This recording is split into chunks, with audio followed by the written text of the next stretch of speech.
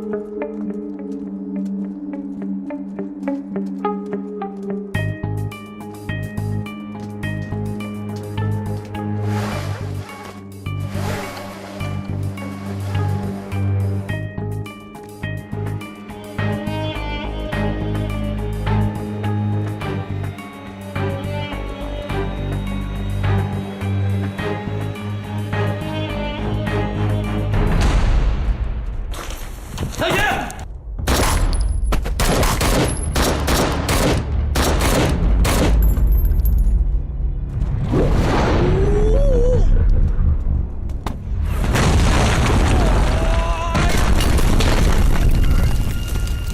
搞什么？哎呦，我碰到你这鬼哟！这是演习啊，还是打仗啊？就是啊，要不要这么夸张啊？你有没有事啊？我很灵活的哦。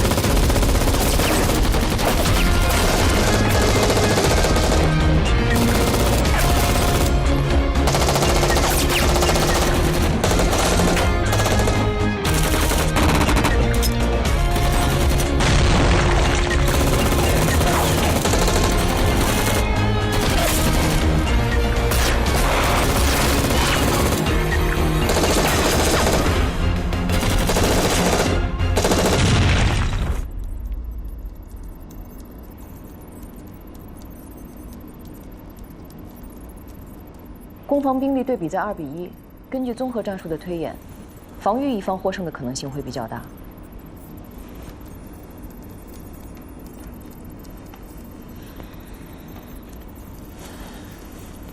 改成5比1。5比1。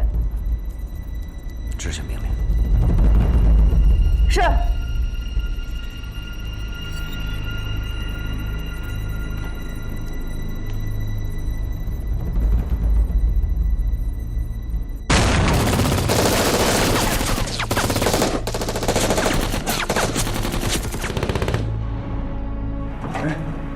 撤了。哎，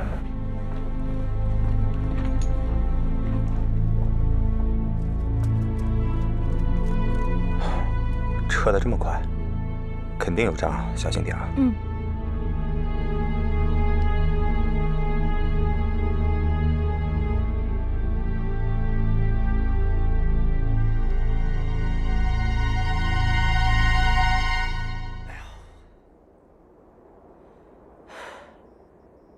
哎呀，我碰到你的鬼嘞！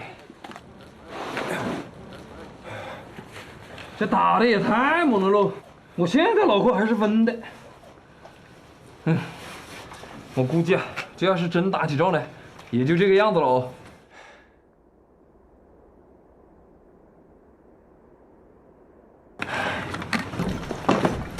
什么真打仗假打仗？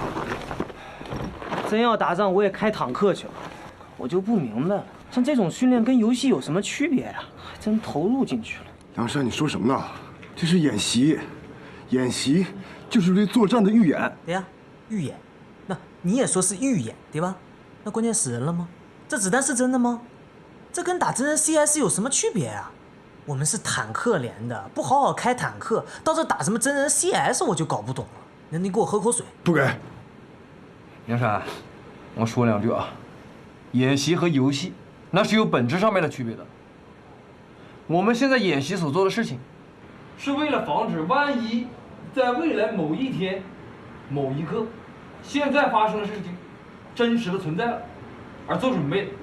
那就是说，也很有可能在某一天、某一刻，这个事情不会发生了。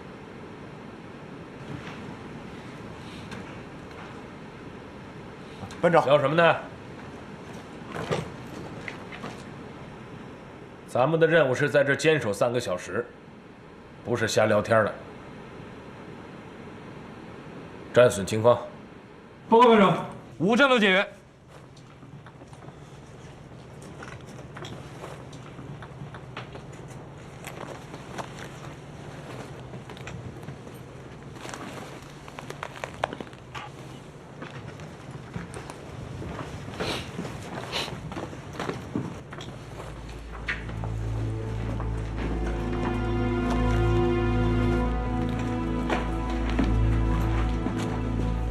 注意隐蔽。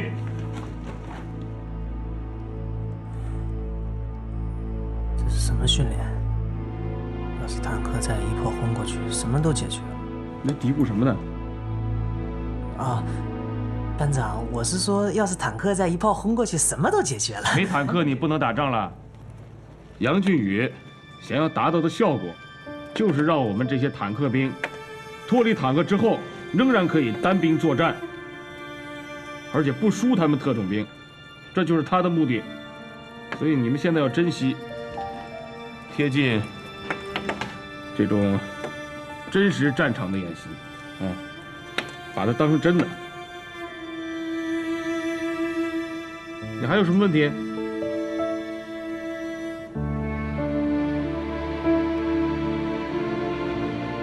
班长，这次演习的意义到底是什么呀？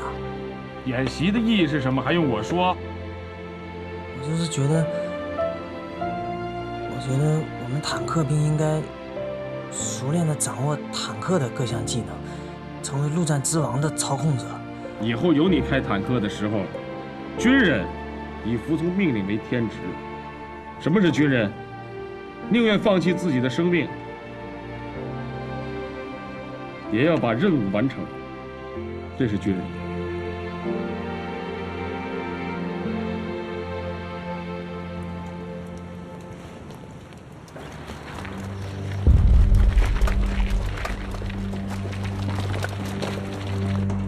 别瞎琢磨了，对于和平年代的我们来说，这就是战争。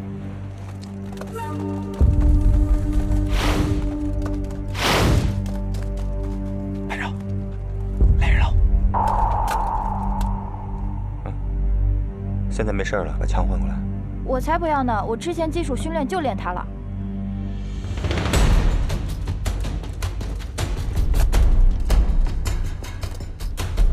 你就是小看我。我怎么小看你了？你这人就是喜欢仰慕别人的新装备。行了，不换就不换。看战绩你也没比我好多少。你跟我比，有本事你跟你们牛班长比。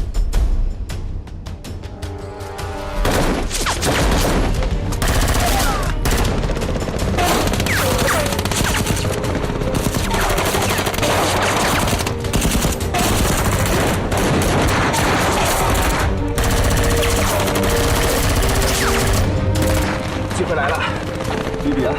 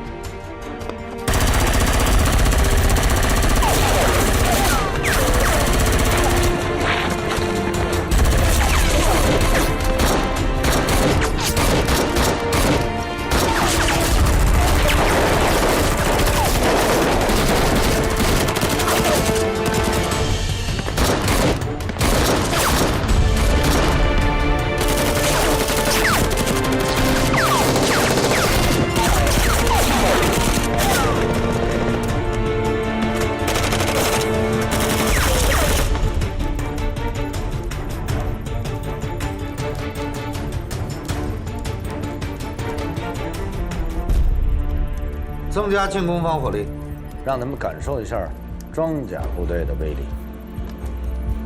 装甲部队，瞎子拉二胡，自不自？现在攻防比已经超过5比1了，再这么下去，他们肯定输的。谁告诉你战争一定会赢啊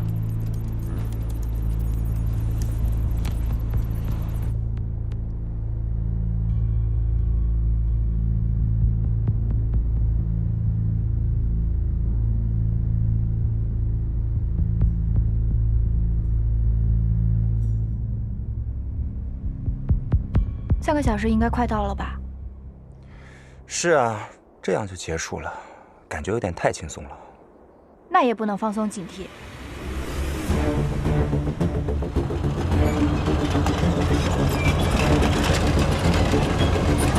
你看，敌坦克。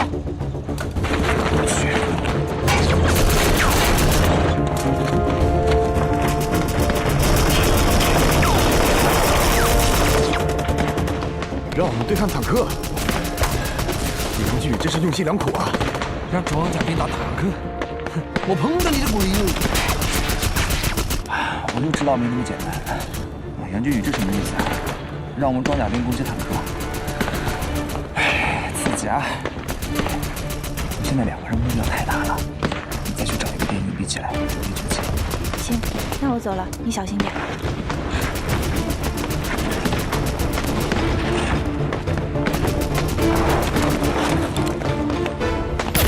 梁经理够狠啊！派坦克来打我们，还不给我们重火力，他是想虐死我们啊！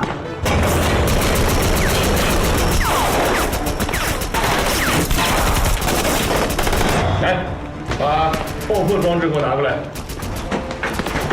班长，掩护我。班长，太危险了！班长，你别忘了，牺牲了就淘汰了。不然呢？淘汰你们。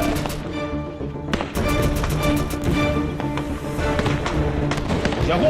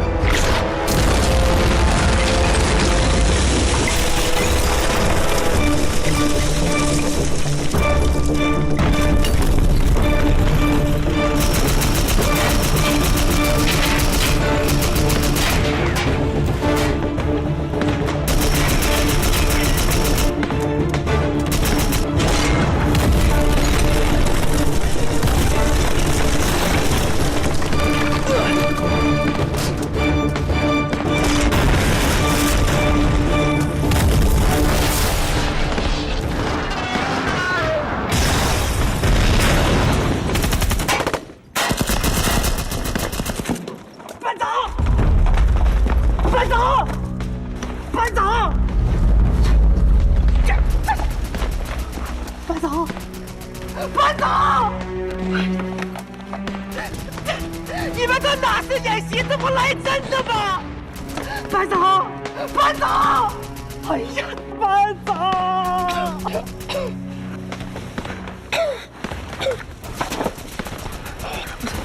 让你晃死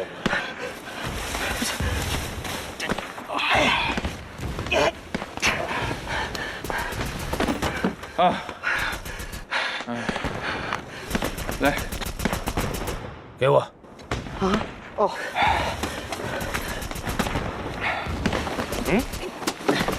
干什么？班长，让我上吧。别扯淡了，你掩护我。哎呀，班长，你说的对，这就是战争。哎呀，不是，班长你干什么？你掩护我，我去。哎呀，班长，你就让我当一回英雄吧！呀，掩护的。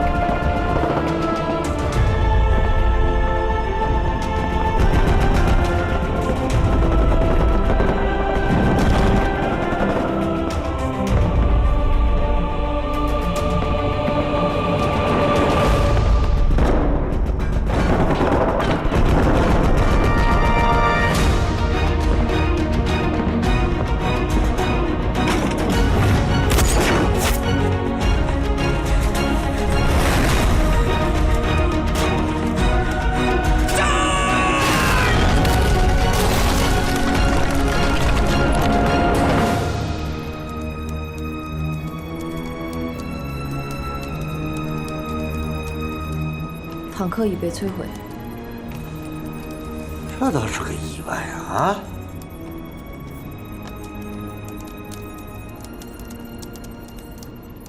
演习结束。演习结束。演习结束。演习结束。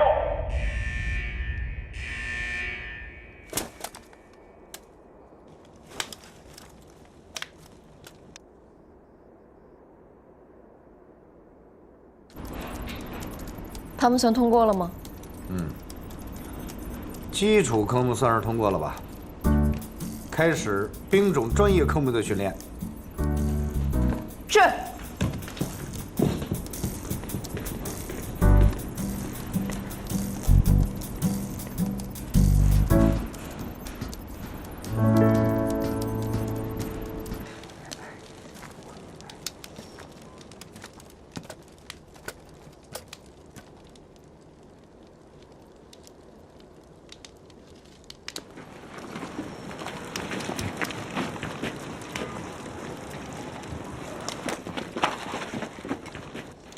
梁神，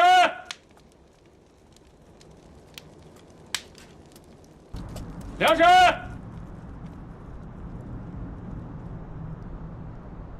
梁神。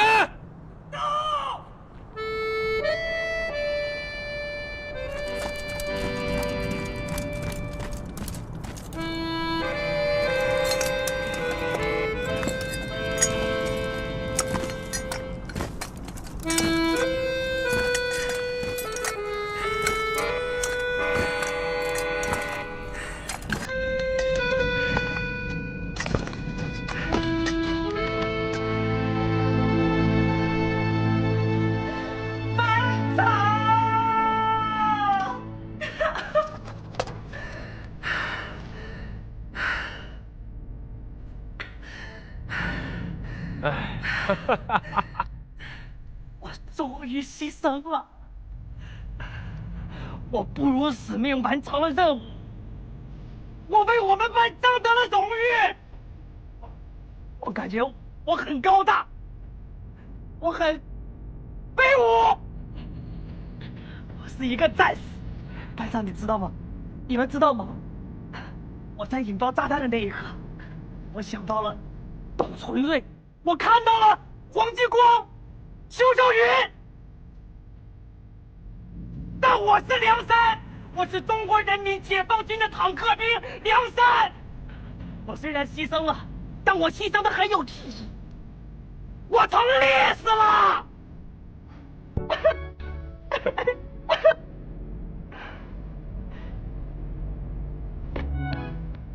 好样的！这也正是杨靖宇的目的，想让大家感受真实的战场。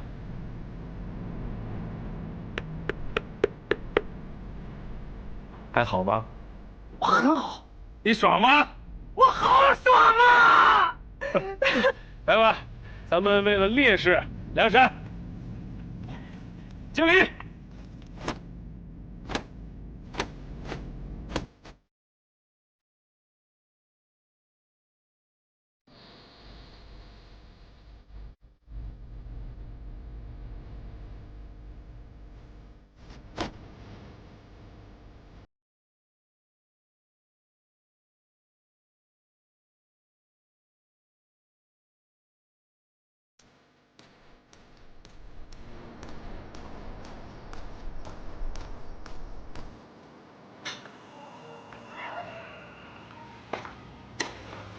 哎，我憋不住了，我要说。虽然我知道，在背后讲教官的坏话是不对的啊，但是如果我说如果啊，有人说杨靖宇是个变态，我绝对举双手双脚赞成。你们的意见呢？同意。我赞同啊。今天就已经变态成这个样子了，我真的不知道明天后天他还会出什么招。还能变态成什么样？总不能让我们背着坦克跑吧？那可不一定。谁知道他会想出什么出其不意的办法来折磨我们？哎呦，今天梁山被淘汰了，不知道明天我们哪个又被淘汰哦。哎，但是梁山今天蛮帅的了啊！我头一回感觉梁山像个男子汉一样啊，抱起就往前面冲哦。要是换我，我可能要想一下。哎，班长，你在干什么？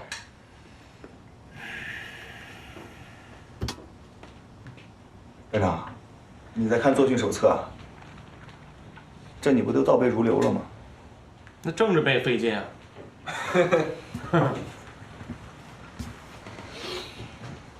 哎，梁靖宇现在搞这个演习是有点邪乎。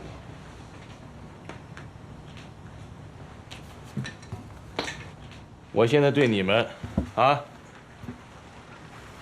就一个要求：注意安全。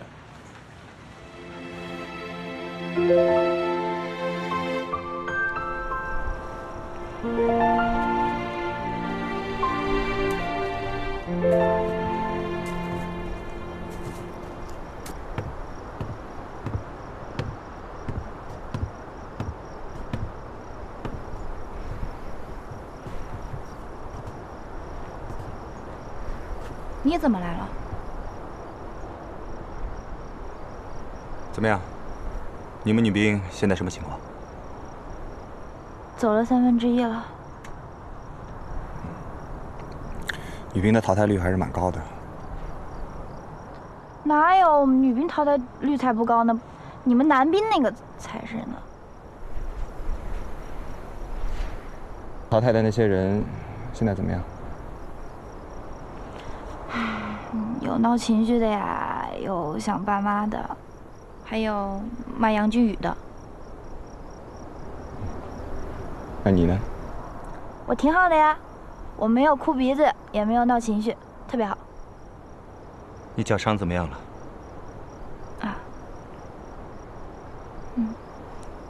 不过没有什么太大问题，医生说了，只要按时上药就不会有问题。从你嘴巴里面说出来的没有很大问题，那就是挺严重。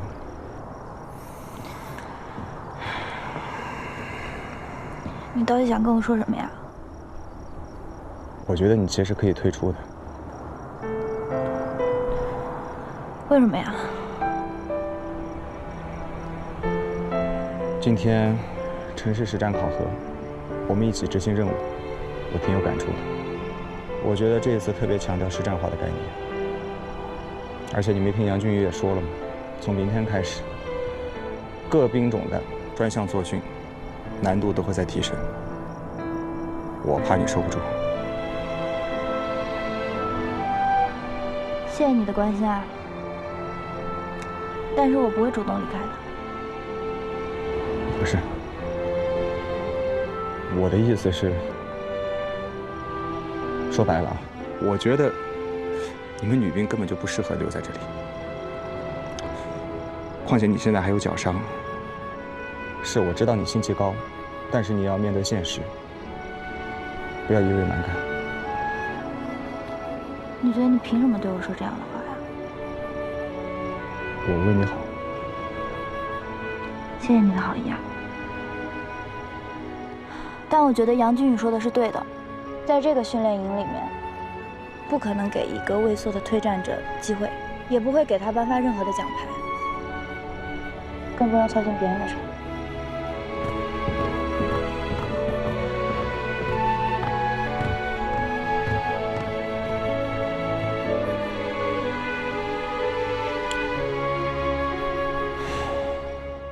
诸位，战争情况下的通讯兵需要应付很多的问题，面临很多的困难。这些困难，相对于简单的背诵和专业技术来说，简直是匪夷所思。导调中心根据新世纪几次大规模信息化条件的作战情况，拟定出针对于通讯兵的专业计划。你们现在要面临的是一次全新的作战计划，模拟极端条件下的通讯任务。规则：每人1名教官，选8分房间进行。听明白了吗？听明白了。大点声！听明白了。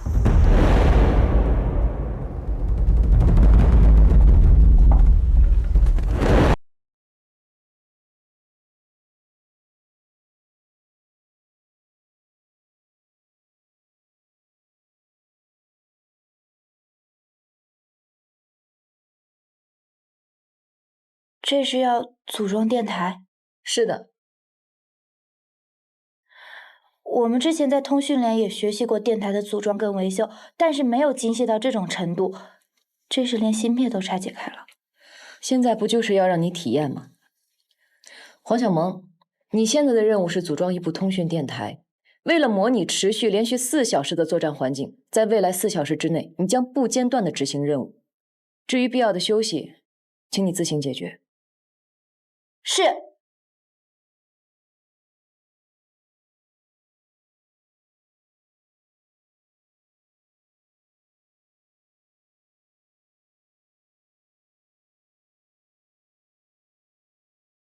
根据作战任务，首先要找到坦克的位置，然后等待下一步指令。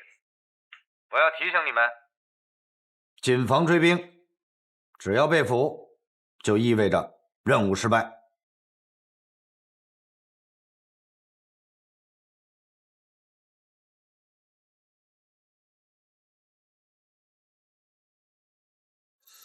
他们要干什么？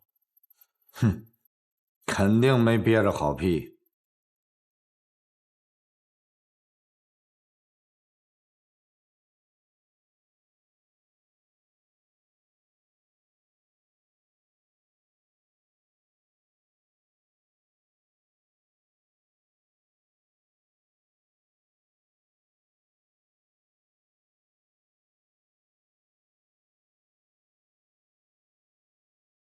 告诉追击部队，进入3号地区，一定要把他们这3个人给我找到，尤其是这小子。是。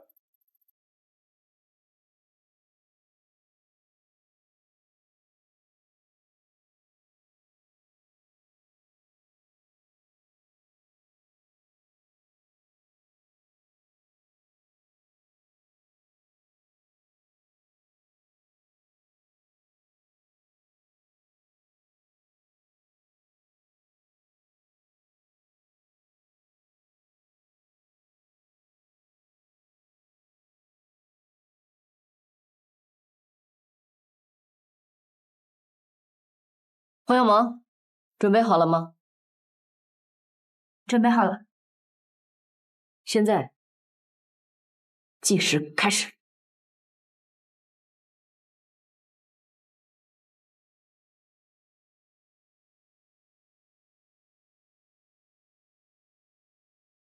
张队，一切都在按照您的预测进行。别拍马屁了，准备第2步计划。是。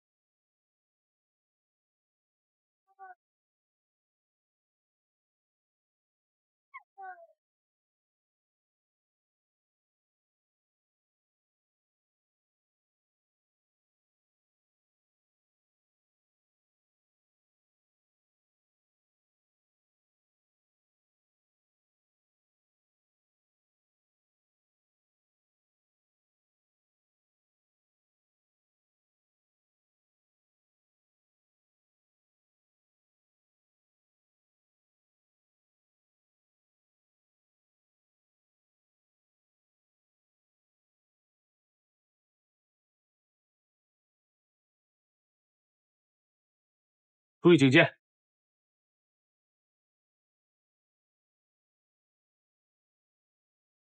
终于又见到老伙计了。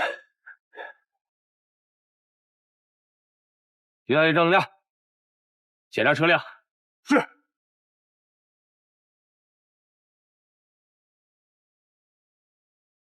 班长，安全。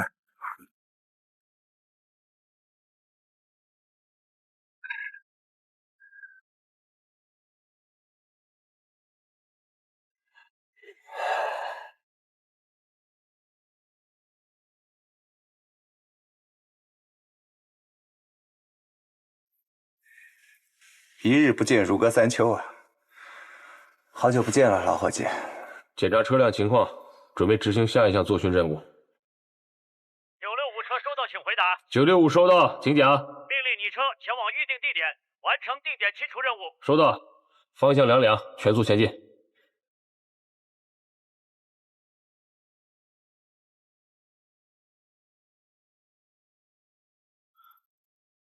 杨队，准备完毕。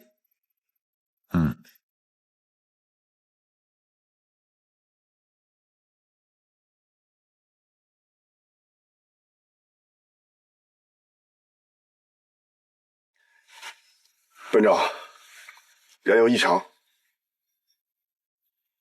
报告燃油情况。油料表显示，剩余里程不足4公里。我们全车没有携带备用油箱。这些燃油不足以支撑我们到达集结地点。原来杨俊宇在这里等着我们呢。班长，我现在减油，低速低档。可以。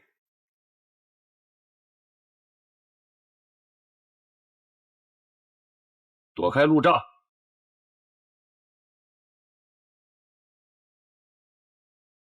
给油。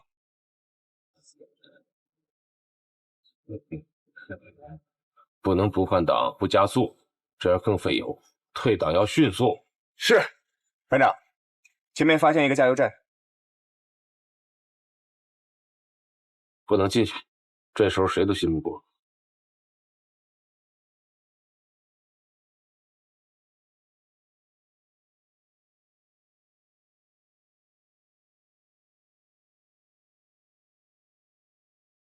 杨队，他们没上钩啊！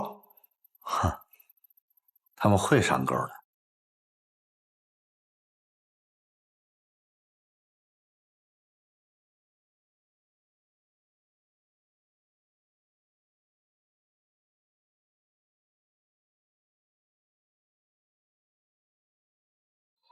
大雷，前方岔口，左路前进。是。给油。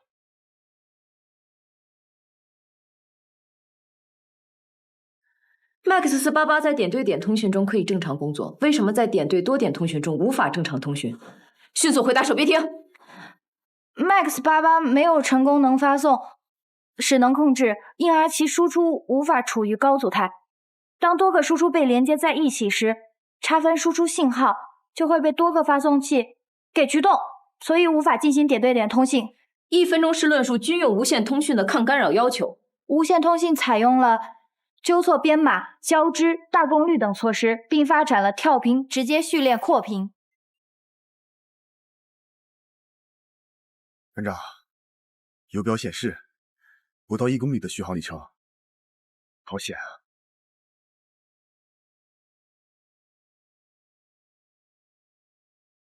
前方建筑物就是我们的攻击目标。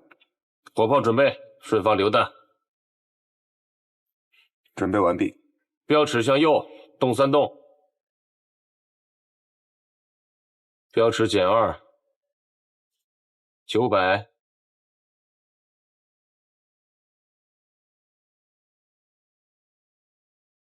导弹攻击，实施干扰。机动规避。28，倒车全速。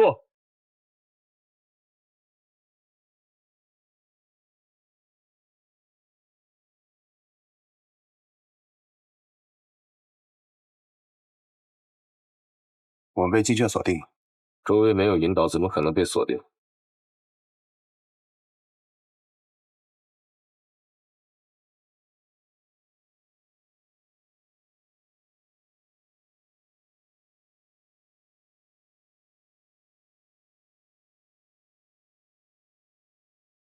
你车已被导弹命中，战损率60%，主炮受损，无法再使用。驾驶员受伤，失去了部分作战能力。你们的任务目标尚未清楚，离完成任务还有30分钟。收到。你们可以选择放弃任务。代价是什么？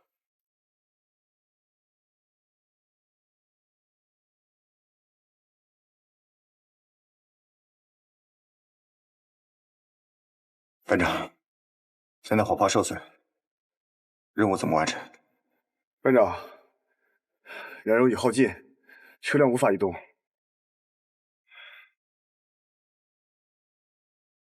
要实现综合抗干扰，就必须要占用一定的通讯资源，这就在整体的通讯资源带宽资源已确定的条件下，就会压缩实际业务的可用的带宽资源。遭遇敌人全频段阻塞，无法有效实施通讯时，你该怎么办？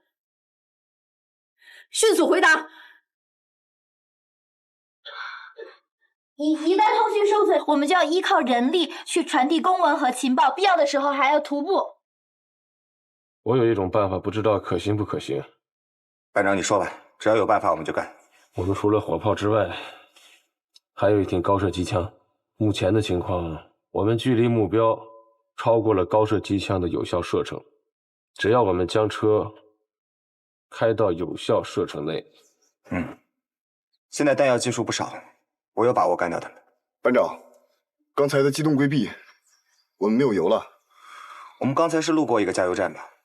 去看看。不行，我总觉得那个加油站是个陷阱，怎么会那么巧就出现在我们过的路上呢？就算它是真的加油站，油量也有限，一定都被他们计算好了的。所以还得去试试。大雷，按照规则你负伤了。所以，班长，我留守965，拿上油桶和武器，走。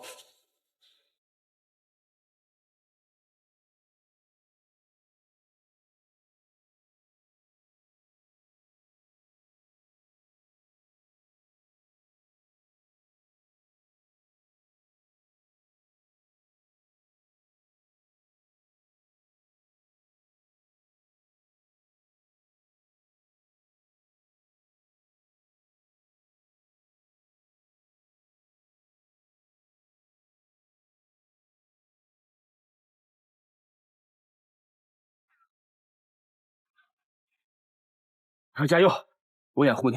是。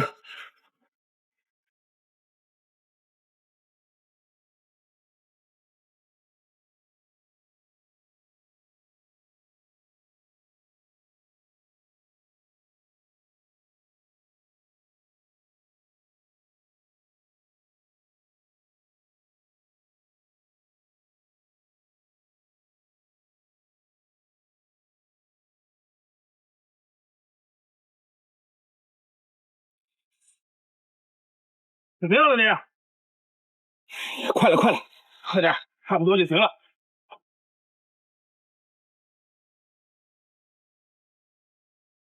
撤！走！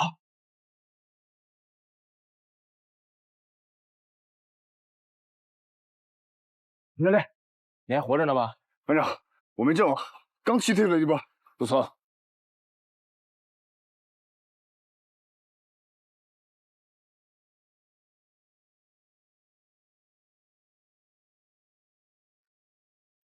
班长，这不是柴油啊！这杨俊宇，看来诚心想看咱们笑话啊！班长，坦克！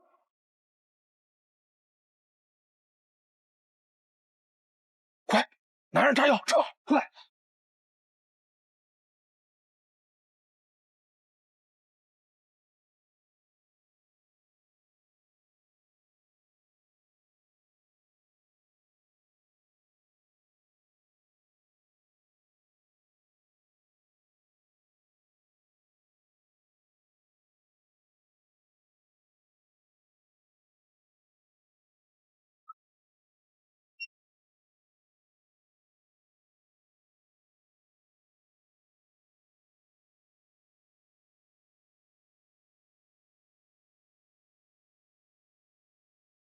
提高系统抗毁性的要求是什么？为了尽可能减少暴露和被敌火打击的风险，通信节点一般布置在不易被观察侦测到的隐蔽地点。由于阻挡会被植被的吸收，变得通讯质量和可靠性降低，但这时会显著增加传输延时，影响信息传输的实时性。迅速回答军用网络保密方式。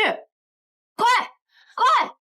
快！主要分为语音保密机系列、数据保密机系列、电报保密机系列以及文点传真图集保密机系列，涉及包含端端全程加密设备、密钥分配中心和防波控制中心。好，最后一个问题，报告，组装完毕。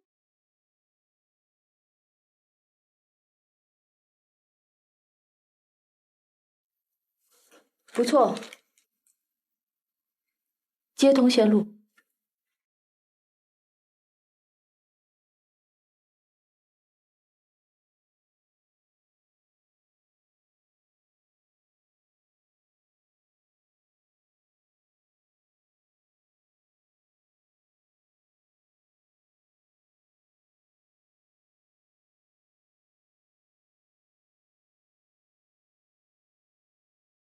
在你回答第3个问题的时候，这个零件就被我拿走了。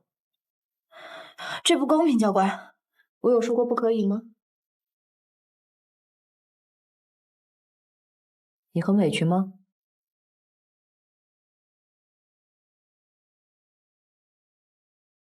这么重要的零件丢失，你没有发现，你有什么可委屈的？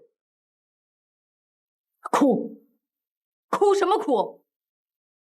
如果哭有用，还要军人做什么？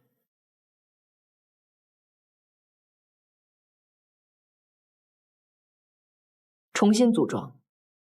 你的这部仪器担负着参训坦克部队的通讯任务，你晚1分钟组装完毕，他们就要晚1分钟结束，忍受煎熬。重新组装，开始，快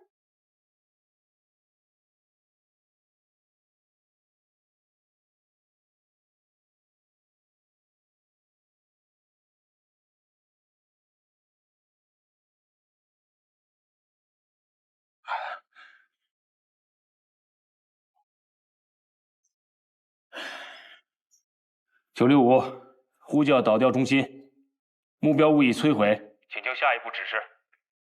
请等待。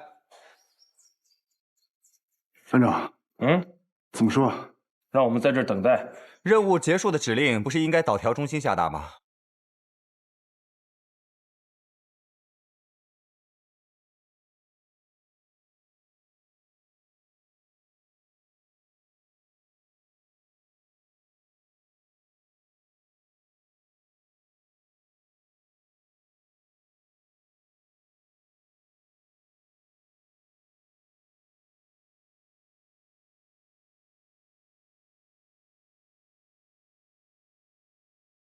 对，你们通讯连的每一部电台对应着一个正在进行的兵种作训。你的这部电台是发送给装甲兵的指令，对应的车辆是965号车。好，明白。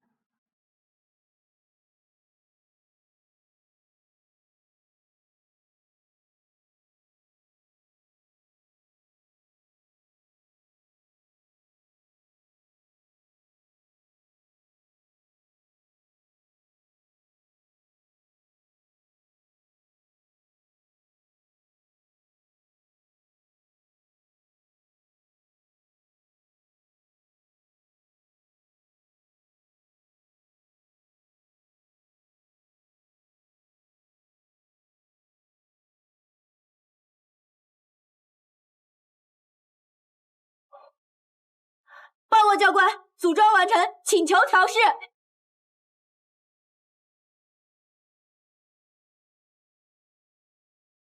可以。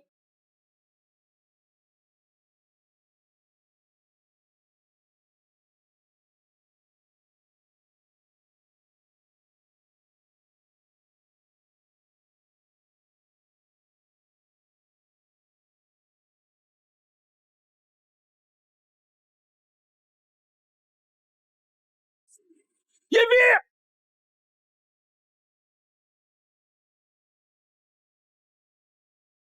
！965，收到，请回复。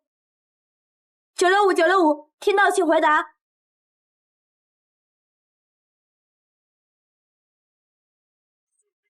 965，听到请回答。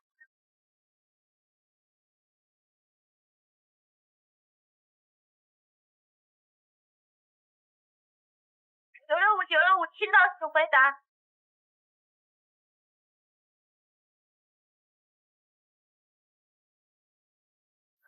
965，965，听到请回答。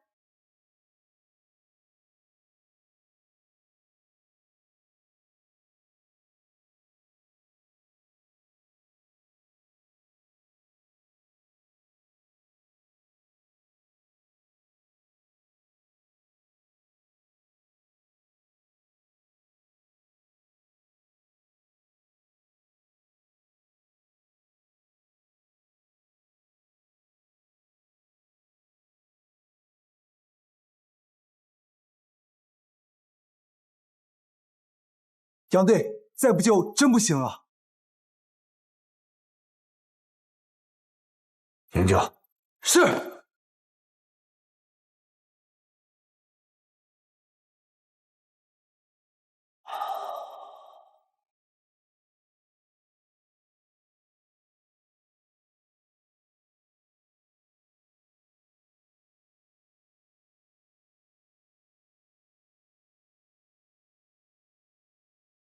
好了，好了，别难过了，都结束了。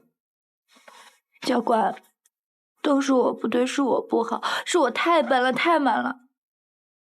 我不是一个通讯好兵。小萌，作为中国军人，不要动不动就哭。当你走向战场的那一刻，身体里就不可以再有泪腺。流泪是情感的抒发，但也是耽误时机、贻误判断的大敌。教官，我们必须这么冷血吗？错，不是冷血，是要冷静。我几年前参加过一次国际的维和行动，当时我有一个外军搭档，他也是一个特种兵，是个非常优秀的狙击手。在我们最后一次执行任务的时候，就只有这么远，一颗子弹过来，穿过了他的头盔，他的脑浆就溅到了我的手上。我当时不敢出声，眼泪瞬间就下来了。但就是这瞬间的眼泪，模糊了我的狙击环境，让我错过了最佳的反击时间，还差点受伤。所以从那个时候我就告诉我自己，流泪是女人的专利，不是军人的权利。在战场上的每一秒都是生死瞬间，不管我们在哪个站位，都要分秒必争，秒米不差。所以眼泪是军人的奢侈品，懂了吗？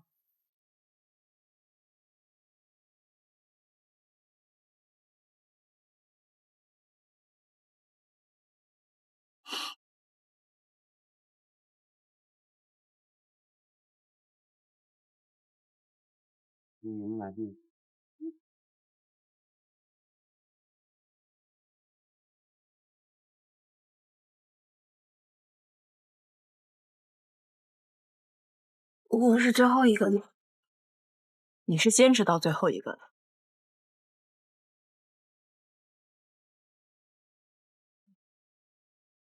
小萌，你别难过了，你表现的已经很好了。要是我的话，早就崩溃了，更别提2次装机了。那个灯光和音响，弄得我现在还头晕眼花的，还耳鸣呢。动动。谢谢你们关心跟鼓励我，放心，我没事，我是一个老战士，对吧？就你还老兵呢。你看看你这样子，哪像没事呀？不过我真觉得教官对我们也太严苛了。有时候吧，我就一直在想，咱们图什么呀？为什么呀？跟这儿受这个罪。你这话都说了800遍了，怎么又想走了呀？我每次是觉得受不了的时候，我真想直接打包走人呢。可是你让我真走，我也没那个胆子呀。什么走不走的？现在的小萌是需要鼓励的，别哪壶不开提哪壶的。其实我就是想看一下自己到底能坚持到什么时候。我也觉得训练特别的严酷跟残忍，但是每次想放弃的时候，我就告诉自己，再多坚持一会儿，再多坚持一会儿，说不定我就胜利了呢，对吧？你真的是太坚强了，我特好奇，到底是什么支撑着你，让你一直这么拼的？我觉得吧，是我的毅力。咽不下去了。大家都吃完了吗？吃完了。吃饱了。怎么？你在这继续吃啊？我们先走了。好，那你们先走吧。好，先走了啊。拜拜，拜拜，拜拜。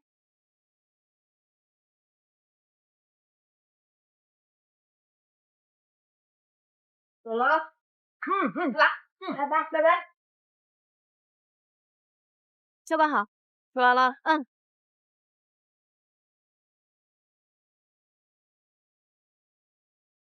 还没吃完。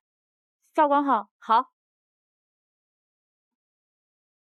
教官，其实我特佩服你。我有什么好佩服的？就是特别佩服你。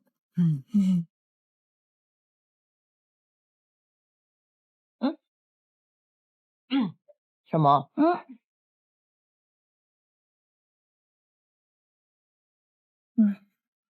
你帮我参谋一下，哪个适合我？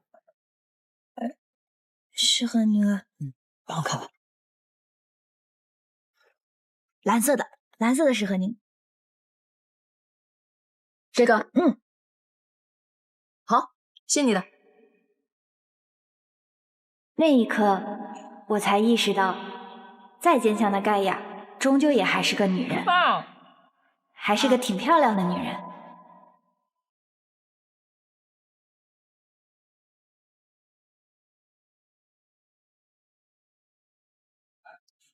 可以啊，他还在呢啊！对呀，这动作就是，哎，他也留到最后了啊！他好像这么好，真不错，也挺厉害，就是这个发挥是挺稳定的。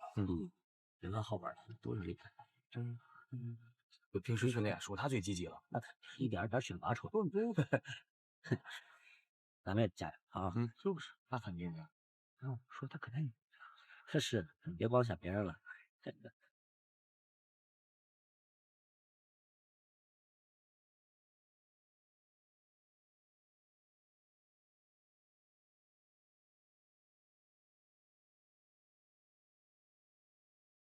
太阳，我早跟你说了，还不信啊？自己看，在这儿，哎呦，他还真在啊！可以呀，来看看我，这不是吧？这是啊，哎，这不这儿呢吗？哦，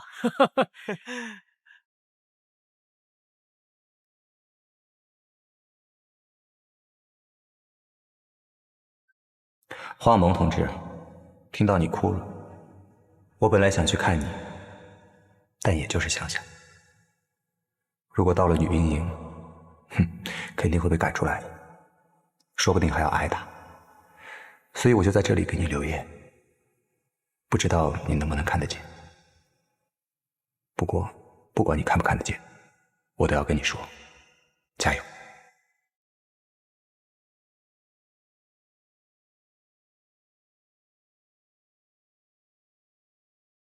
我们打个赌吧，输了的要给赢了的敬礼。好兵，张能量。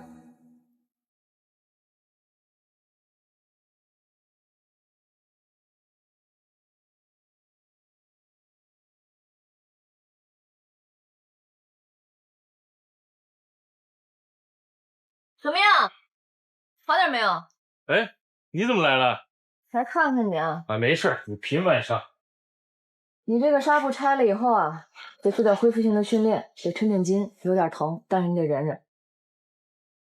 是，好。你努力。怎么样？好看吗？这什么东西啊？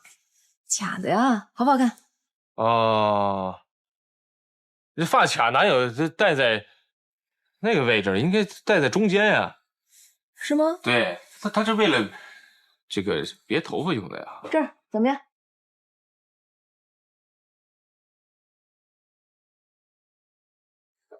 还不如别在侧面呢。你不适合带发卡。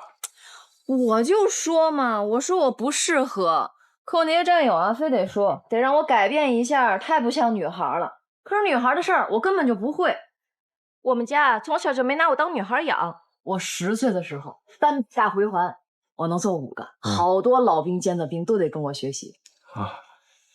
哦，你在你们家是老4，还有3个哥哥。什么呀？不是3？哎呀，不是，我妈不是生我一女孩吗？我爸生气，3天3夜没合眼。哦，3天3夜啊。不聊你们家的事了。哎，你知道明天作训科目是什么吗？那不能说，保密。明天的科目明天才能知道。好啊，对，你们都是一伙的，你哪能告诉我呢？哼！哎，我知道你现在有情绪啊，但是现在所有的训练科目都是蓝旅长点头通过的，必须执行。我是有情绪啊。现在这些作训科目太过了，我们是坦克兵，所有的作训科目应该依托坦克为主。你现在像杨俊宇这样搞啊，把坦克兵的意义全弱化了，这对吗？你说完了吗？我告诉你，无论飞机、坦克还是大炮，训练的最终目的是为了磨砺士兵。技战术是很重要，但是单兵素质在我们看来更为重要。不依托装备也能成为一个独立的战斗单元，这是未来战争所强调的。我一直在杨教官身边负责具体的科目，我知道训练大纲的目的和要解决的问题。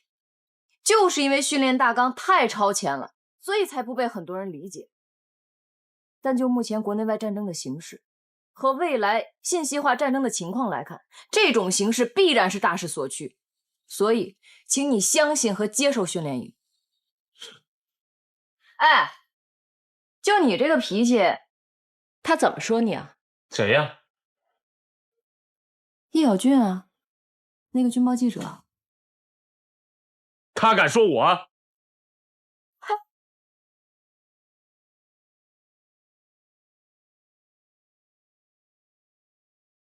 哎，其他人呢？都回避了。回避什么呀？你伤怎么样了？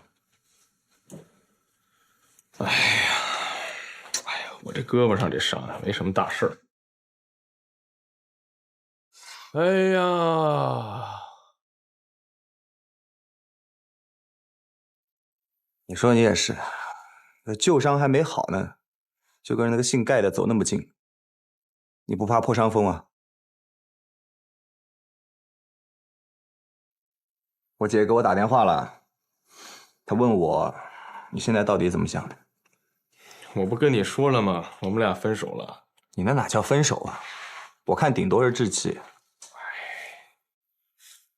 哎，其实我们俩的事儿我也是想不清楚。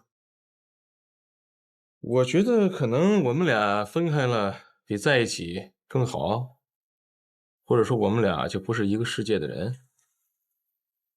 这不是一个世界的，那你是哪个世界的？你是外星的。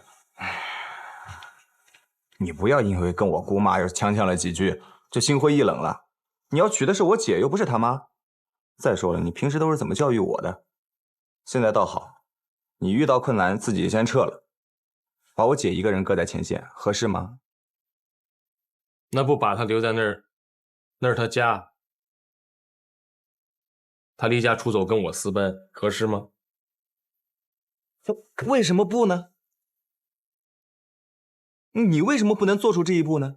你完全可以反转这个念头的，对哦，你为什么不能为了爱情破例一次呢？好好爱一次，把自己的后路全部断掉，轰轰烈烈的爱谁，拿出那份勇气来。轰轰烈烈，你当我们这坦克打穿甲弹呢？轰轰烈烈。哎呀，哎，你说也是哈。你姑妈为什么看不上我呢？你说我差哪儿呢？啊，就觉得那小子比我强，比我有钱。哎，我这么跟你说吧啊，每个人都是有刻板偏见的啊，就是不喜欢你，可能没原因的，改不掉，每个人都是这样。你不也是吗？就像我一来部队的时候，你不是也看我哪儿都不爽吗？但是通过接触了以后，慢慢深入了解以后，咱们俩又不是处对象，这能是一回事吗？咱们俩是男人之间的情感，那比那个简单的多。不是，我跟你打个比方，我说人与人之间的情感，你别把我绕糊涂了。我姑妈她作为一个老人家来说，她为自己的女儿考虑，她在不知道你牛努力到底是什么样的一个人，什么样的一个品行的条件下，她只能多看一些外在的啦，啊，有没有钱，长得如何，学历如何，只能看这些了。你也要理解，是吧？她也想给自己的女儿多一点安全感，不是吗？安全感？我一个当兵的还给不了一个女孩安全感？说不通吧？你说的没错，但是那是因为我们现在在部队，我们当过兵，所以我们了解。因为很多外面的老百姓他没有进过部队，他不了解，所以他们落了很多课，他们就缺乏这方面的教育和认识。那你现在不是要想找人家女儿吗？所以我觉得你更应该再去一趟，不要有任何的伪装，不要去迎合他们。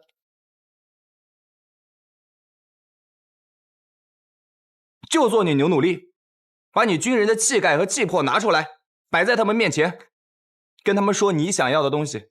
对，我上次也是这样啊，把我自己摆在人家面前了，那不摆砸了吗？我还拿着蜂王浆，拿着燕窝，拿着礼品，进门就干活，也没落个好啊。那我怎么还得进门就跪下？那不是，不是你肯定是哪个细节没有做好。不是，你可以这么想啊，有可能这一次呢，是老天爷给你的一个考验，哎，就是给你立了这么一道坎儿。你把它克服过去了以后，可能你以后跟我姐就非常幸福美满了。对，你就这么想，就是老天爷来考验你的。我真的再去一趟试试看啊！不跟你说了，你自己想想吧。我反正就说这么多，失败不怕，失败乃成功之母。再。